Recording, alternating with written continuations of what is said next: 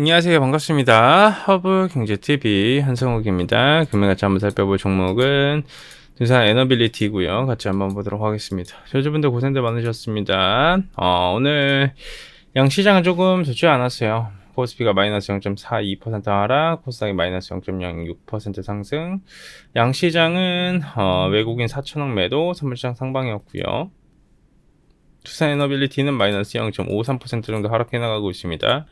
프로그램에서 20만 주 정도 들어가지고 있고요. 미래에셋과 NH에서는 매도, 외국인은 매수, 기관들은 매도 해주는 그런 흐름이 나와주고 있습니다. 저는 윤석열발 악재가 조금 시장에서 나와주면서 강한 하락을 보여줬고, 오늘 같은 경우에도 고점이 낮아지는 현상이 현재 나와주고 있습니다. 제가 이제 어저께 이런 말씀 드렸어요. 이 어느 정도 리스크 관리도 충분히 필요할 수 있는 시기가 맞다라는 브리핑을 드렸는데, 이게 굉장히 좀 공격적으로 댓글을 다신 분들도 좀 계셨어요. 근데 제가 영상을 사실 두산 에너빌리티를 거의 4년 넘게 찍으면서 여러분들한테 리스크 관리에 대해 말씀드린 게 사실 한두 번은 아닐 거예요. 근데 그 리스크가 왜 어떤 부분이 생길 때 제가 리스크 관리에 대해서 브리핑을 드리냐면, 그 불확실성이라는 게 생길 때 리스크 관리에 대해 언급을 드리는 거예요. 근데 그 불확실성이라는 것은 어떠한 만약에 뉴스거리가 나와줬어요. 예시를 들면 알테오젠이라는 기업이 있는데, 알테오젠이라는 기업이 가지고 있는 기술에 대한 특허권 침해 소송이 들어와줬어요. 그러면 알테오젠 기술에 대한 특허권 침해 소송이 들어와줬는데, 알테오젠은 이거 문제 없어, 뭔 소리야, 얘네들 그냥 이러이러해서 잠깐 지연시키려고 소송을 건 거야 라고 명확한 해명을 하고 그게 맞아요. 근데 그럼에도 불구하고 주가는 막 빠져요. 왜? 혹시나 모를 그 우려감, 그리고 이제 불확실성이라는 키워드가 붙어버리면 주가가 막 빠지거든요. 두산 에너빌리티도 사실 마찬가지예요. 윤석열 대통령이 현재 탄핵이 되든 안 되든 그게 중요한 게 아니에요. 왜냐하면 사실 냉정하게 따지면 다음 정권 들어와도 이제 두산 에너빌리티가 여파를 받아주고 있는 이런 뭐 소형 모듈 원전 이쪽 분야에서는 미국과의 협력 구조이기 때문에 우리가 크게 우려를 할 필요가 없는데, 원전에 대한 뉴스가 생각보다 많이 나오지 않을 수 있죠. 왜 그러냐면 윤석열 대통령이 주도적으로 밀고 있었던 게 원전이었고, 그러한 부분이 어떻게 보면 계속 이슈가 좀 안 될 수도 있잖아요. 뭐 예산도 삭감당할 수도 있고, 뭐 여러 가지 좀 이슈가 있다 보니까 그런 부분을 그런 부분에 대한 우려감이라는 거죠. 실제 그게 그렇게 진행이 되지 않는다라고 해도, 네. 실제로 원전을 많이 사용하고 더 투자하고 수출한다라고 해도 달라지는 게 없다라는 거예요. 왜?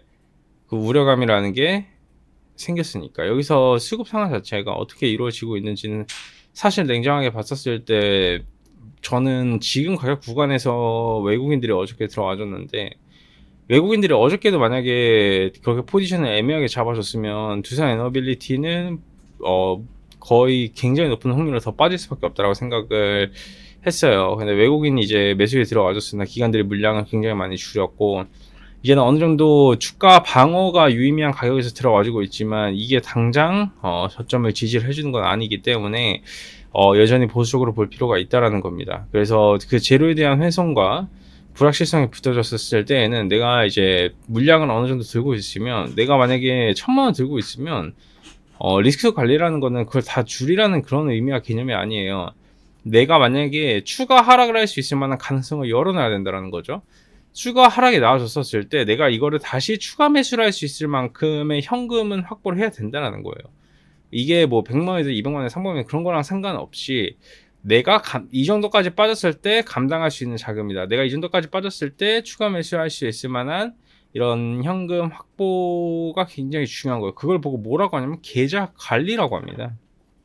계좌 관리라고요. 관리. 그래서 이거는 어떻게 보면 리스크 관리라는 것은요, 내 계좌를 관리하는 개념이지 종목에 대한 부분을 이야기를 하는 게 아니에요. 그래서 계좌 관리를 사실 안 해보신 분들은 모를 수 있는데, 계좌 관리를 잘 하시는 분들은 제가 하는 말이 무슨 말인지 잘 아실 거예요. 계좌 관리를 못하는 사람 치고 어떻게 보면 주식으로 성공을 할 수 있는 사람은 없으니까요. 왜냐면 주식은 계좌 관리가 70-80%입니다. 그렇기 때문에 너무 오해하시면서 내가 안 좋은 것만 들으려고 하고 이상하게 곡해를 하는 것보다는 그냥 있는 그대로의 저는 팩트만 여러분들께 전달해 드리는 부분이니까 이런 거 좀 감안을 하시면서 투자하시면 도움 많이 되실 거예요. 어차피 지금 상황에서는 리스크가 사실 있는 것도 팩트가 맞으니까요.